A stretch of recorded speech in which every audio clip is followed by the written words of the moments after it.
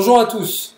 Donc j'ai pas mal attendu avant de faire cette vidéo sur Forza Motorsport, hein, le tout dernier. J'ai d'abord attendu d'avoir du recul dessus, j'ai une cinquantaine d'heures maintenant. Et puis je voulais pas, comment dire, me lancer en même temps que les autres pour dire la même chose que les autres.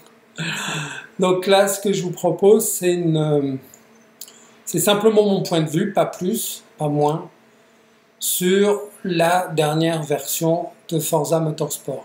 Alors, je me suis installé dans mon baquet pour faire genre, ça sert à rien parce que en fait, on voit pas bien l'écran. Puis même si on le voyait, c'est trop lumineux, le résultat est dégueulasse, donc c'est pas la peine. Et puis oui, j'ai mis ma chemise de Canadien parce qu'on est en automne maintenant, hein, faut assumer la transition. Arrête de me niaiser, hostie-crise de tabernacle.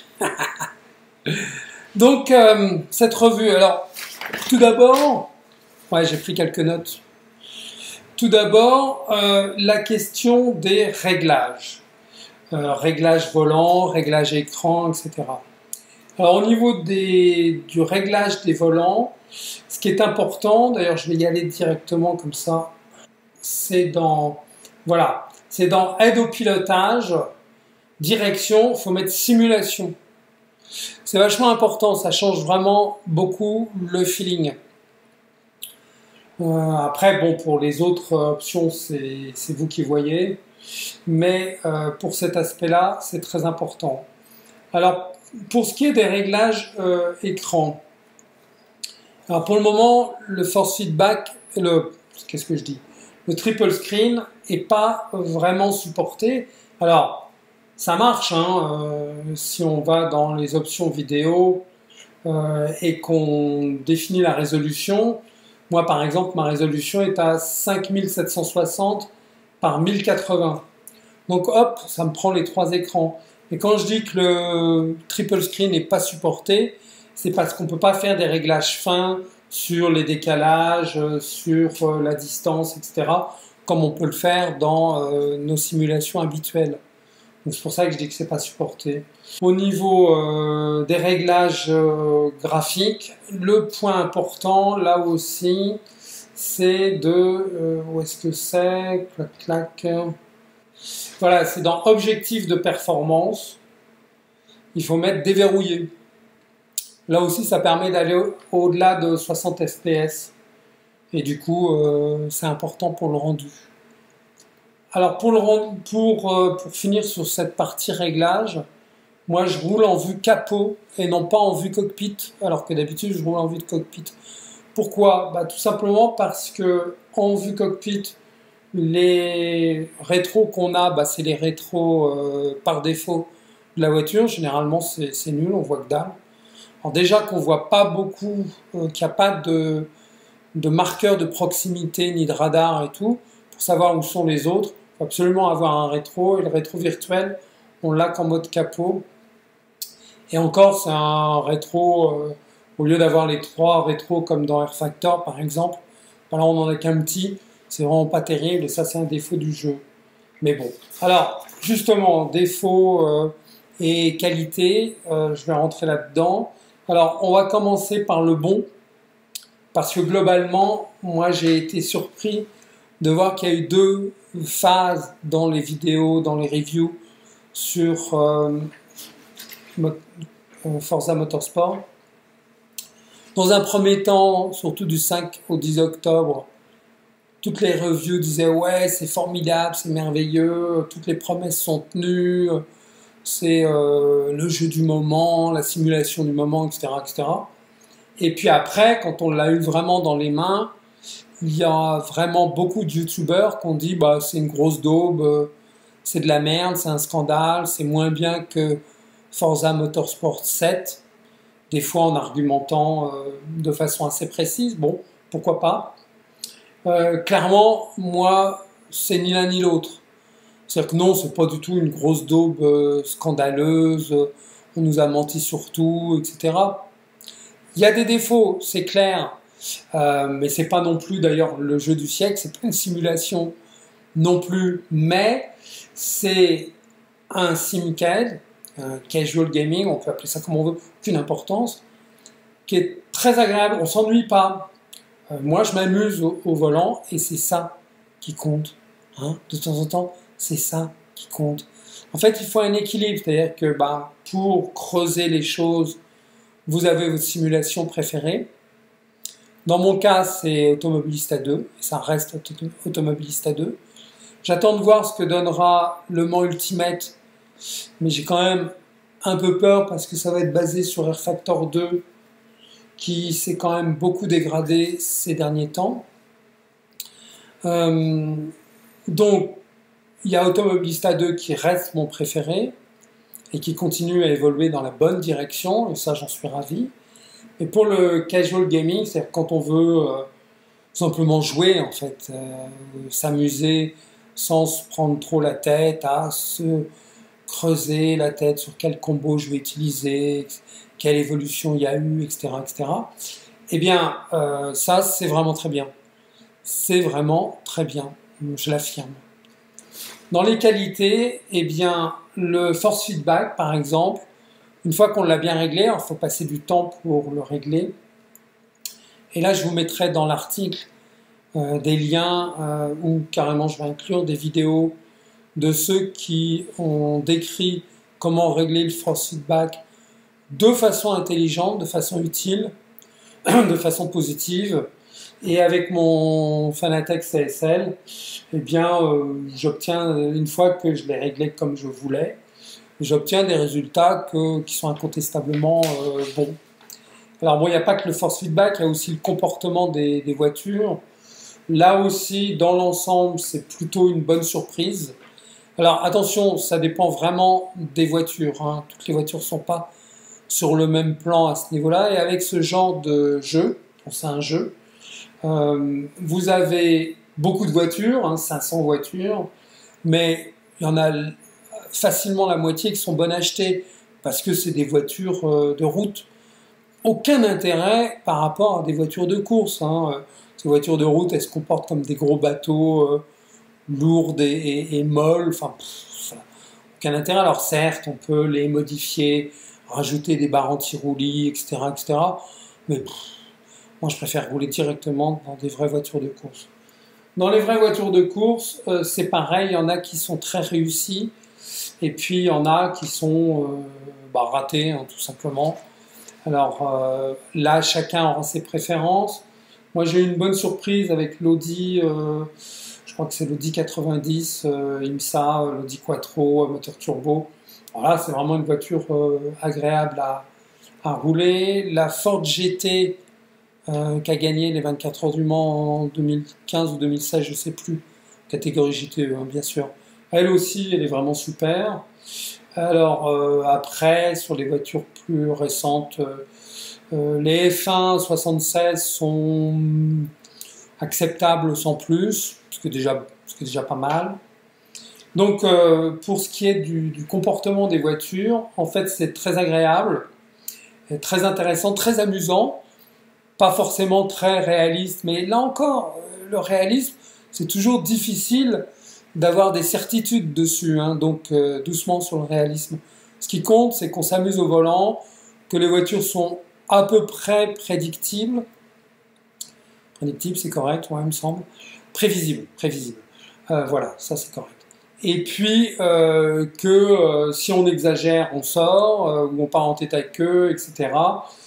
Ça, c'est tout ce qu'on demande, hein, il n'y a pas besoin de beaucoup plus. Et à ce niveau-là, incontestablement, Forza fait le boulot. Les IA, ça compte beaucoup. Là, les IA, c'est pas mal.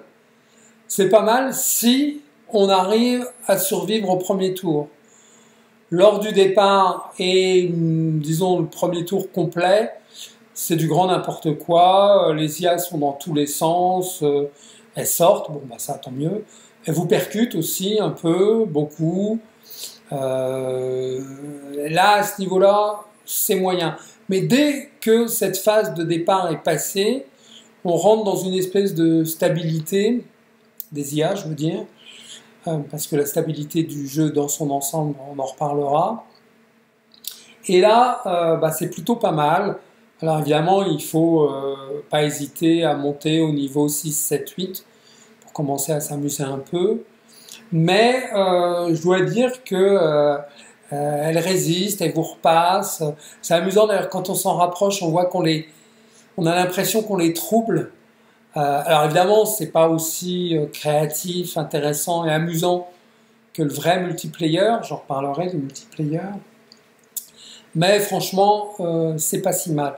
Ça atteint clairement pas le niveau des IA qu'on a dans Automobilista 2 ou dans iRacing.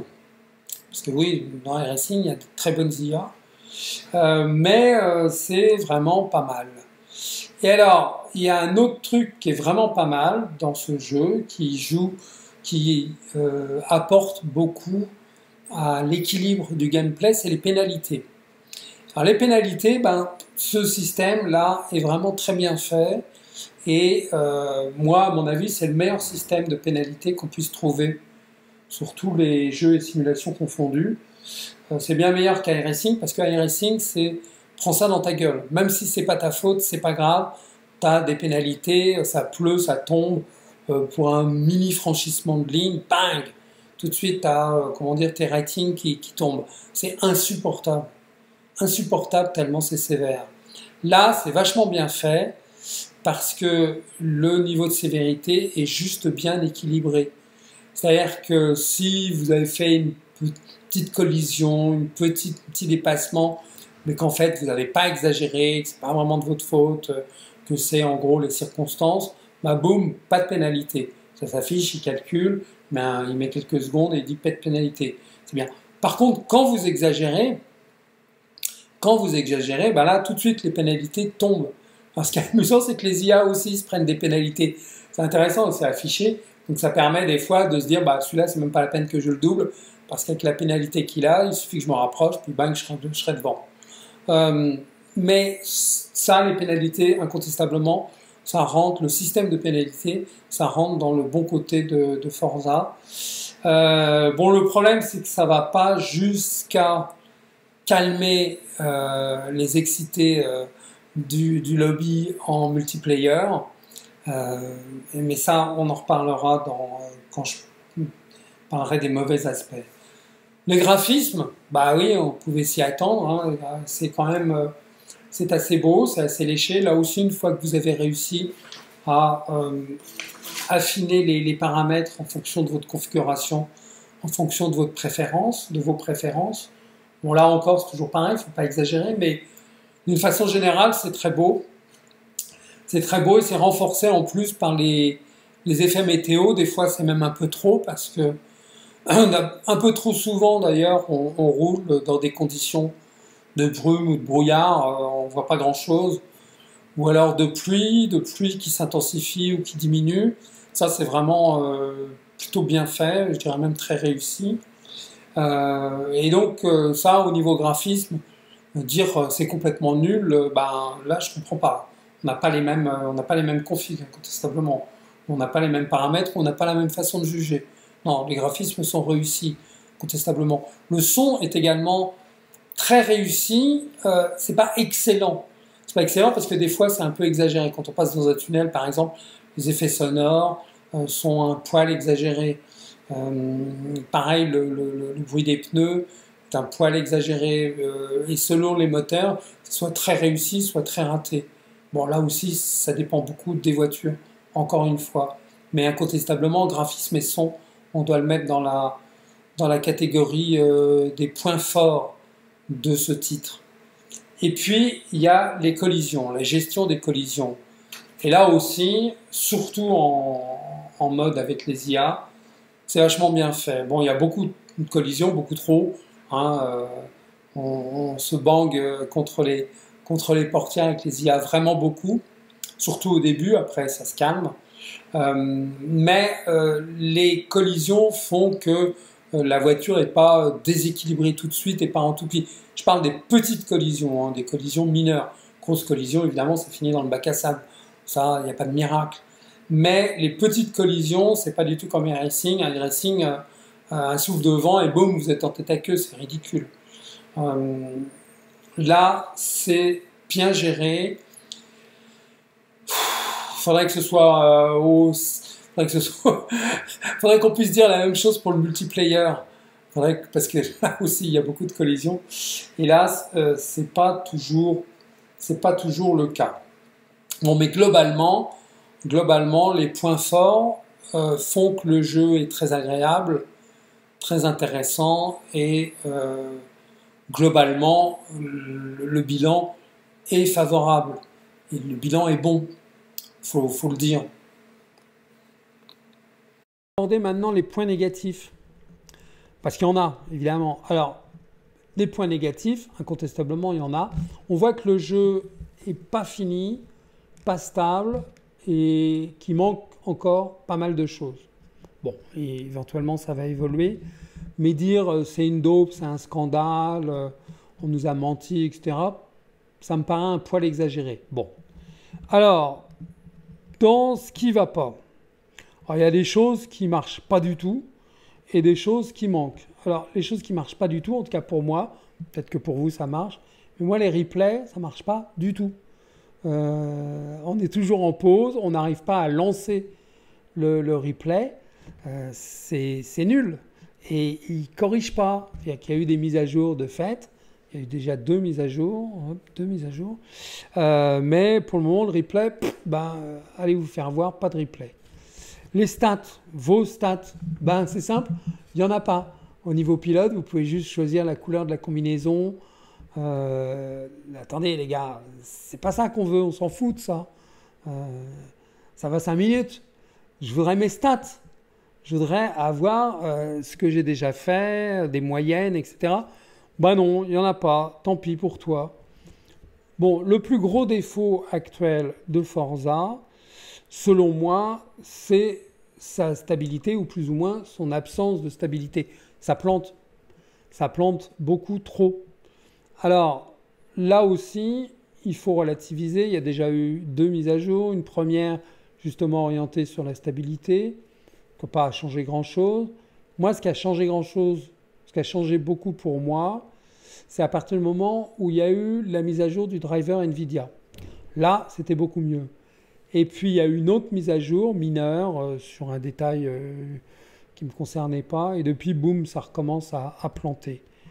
Alors, ça plante, on ne sait pas trop pourquoi, on ne sait pas trop comment. Ça plante à n'importe quel moment. Alors, ça plante pas tout le temps, d'une façon générale, on arrive quand même à rouler. Mais selon moi, c'est le plus gros défaut. Le mode carrière aussi, c'est pas terrible parce qu'on est obligé de passer par justement tout un tas de voitures de route avant d'accéder aux voitures de course. C'est moyen, c'est répétitif, etc.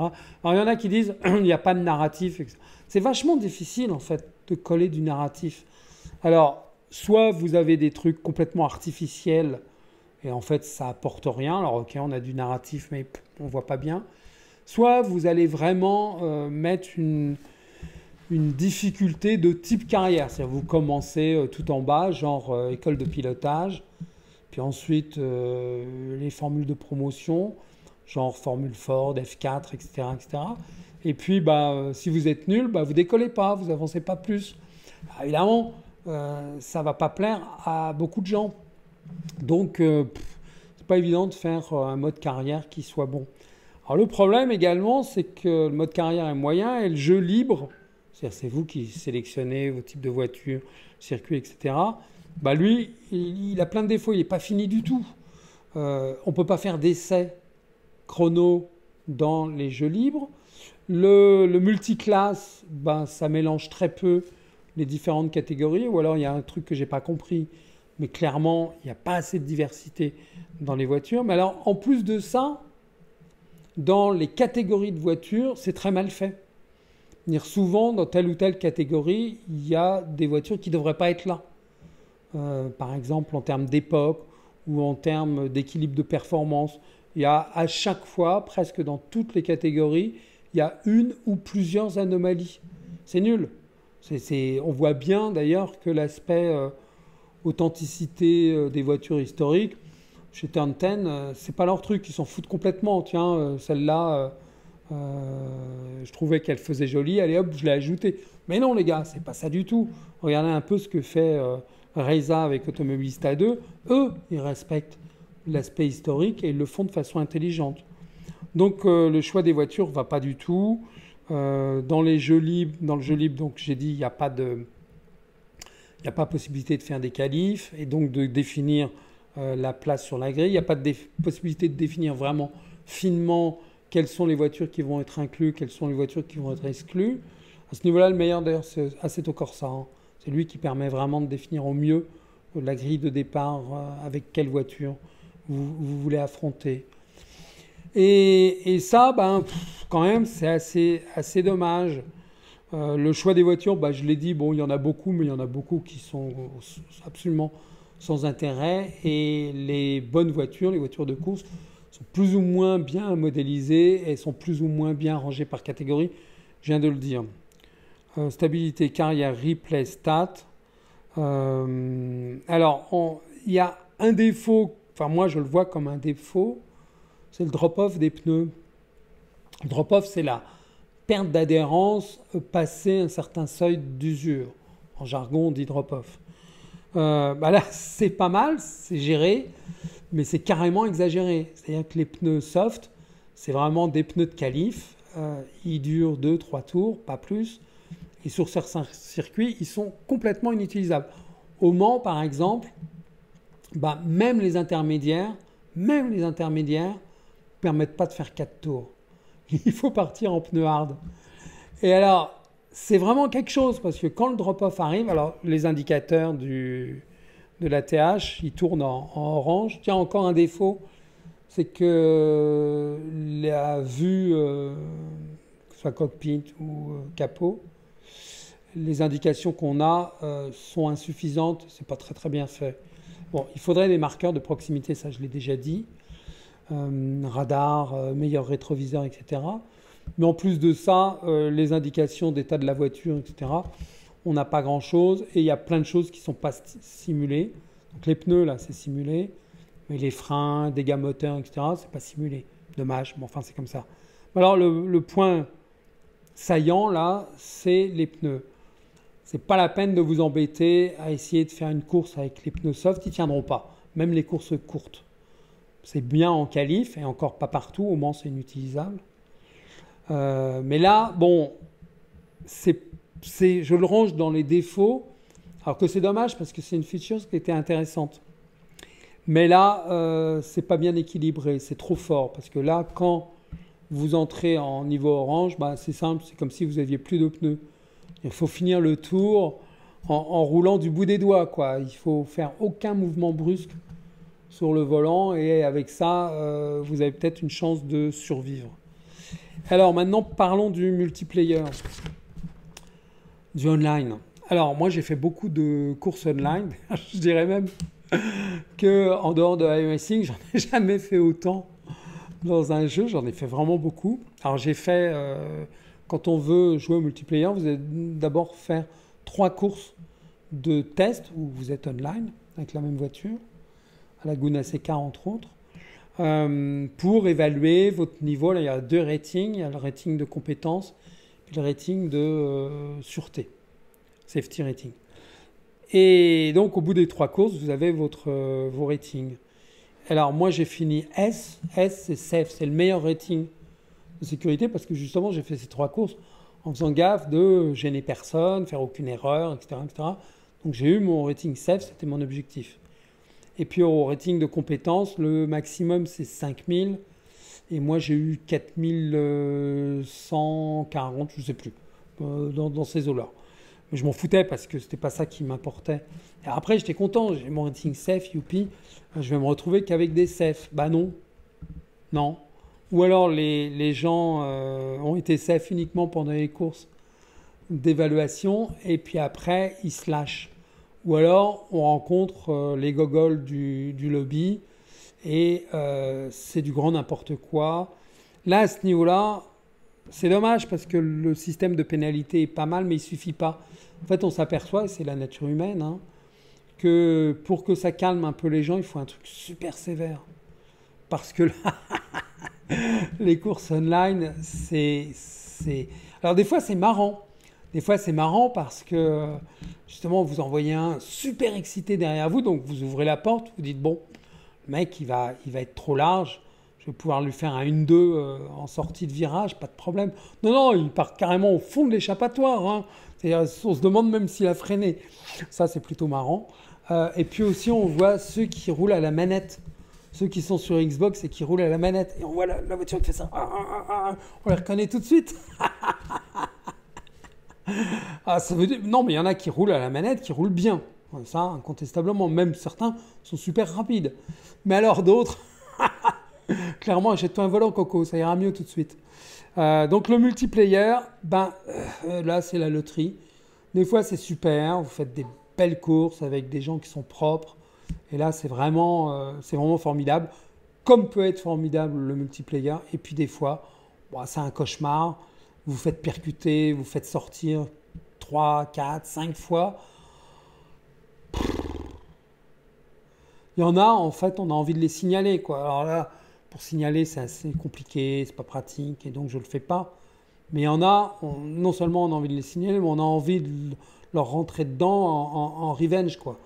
Bon, faut pas, bien sûr, mais vraiment, ça, c'est dommage. Donc, le multiplayer, pour le moment, c'est pas encore bon parce que les filtres safe, apparemment, sont pas assez efficaces. Ou je sais pas. En tout cas, pour le moment, c'est pas bon. Voilà pour les défauts. Alors, en conclusion, une petite conclusion. Est-ce que je recommande ce titre? Oui. Alors, par contre, vous l'achetez au prix minimum. Hein, pas besoin de prendre les versions luxe. Ceci, cela, ça c'est de la dope, ça apporte rien.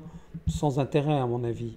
Mais si vous êtes intéressé par avoir un autre jeu automobile, Simcade, oui, c'est un Simcade, bah oui, mais c'est bien.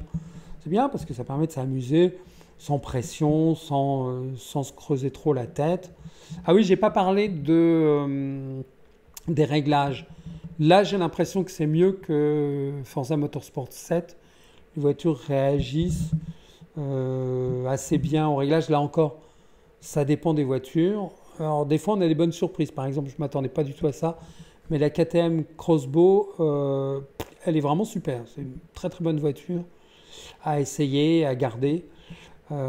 Surtout pour le online.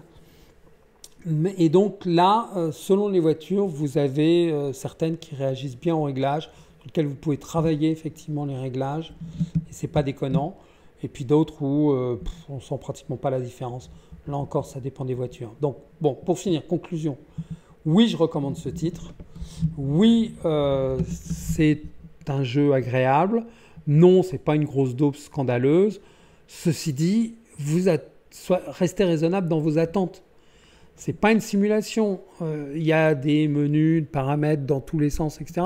Mais il manque encore plein d'options. Il y a plein d'options qui devraient être là, qui ne sont pas là. Par exemple, que ce soit la vue cockpit ou la vue capot, moi je mets le FOV au maximum pour justement essayer de régler un peu la vue qu'on a. On ne peut pas régler la hauteur, on ne peut pas régler sa position par rapport au volant en vue cockpit ou en vue capot. C'est un peu dommage. Il y a des petits défauts comme ça. Il y a des irritants. Il y a tout un tas d'irritants. Mais globalement, est-ce que c'est une daube? Non. Est-ce que c'est un bon jeu? Oui. Alors, après, tout dépend ce qu'on met derrière le mot jeu. Est-ce que c'est une simulation? Non, pas tout à fait. Parce qu'il manque quelques petits trucs ici et là. Mais ça a un beau côté. C'est-à-dire que c'est moins exigeant qu'une simulation. C'est plus amusant qu'une simulation. Voilà, j'espère que cette vidéo, une des nombreuses, trop nombreuses vidéos sur Forza Motorsport, vous aura apporté quelque chose. Et puis, je vous dis à bientôt, peut-être sur les pistes. Alors, vous n'arriverez pas à me reconnaître. Moi, mon nom, c'est Yuki Amar. Attendez, on va le retrouver. Clac. Donc, rétablir. Voilà, Yuki Malar 908. Yuki Malar 908, c'est mon nom d'utilisateur dans Forza. C'est débile ce nom, puis j'arrive pas à le modifier. Et donc pour le moment, je suis au niveau 98 et j'ai 1177 650 crédits. Ouais, parce qu'il y a des glitches qui permettent de gagner des crédits quand on veut gagner de l'argent rapidement et facilement. Bah, les glitches qui sont documentés sur YouTube, bah, en fait, ouais, ça marche. Donc vous pouvez comme ça gagner beaucoup de crédits simplement en faisant des donuts. Bon, c'est débile, mais c'est une des failles de ce titre. Voilà, à bientôt.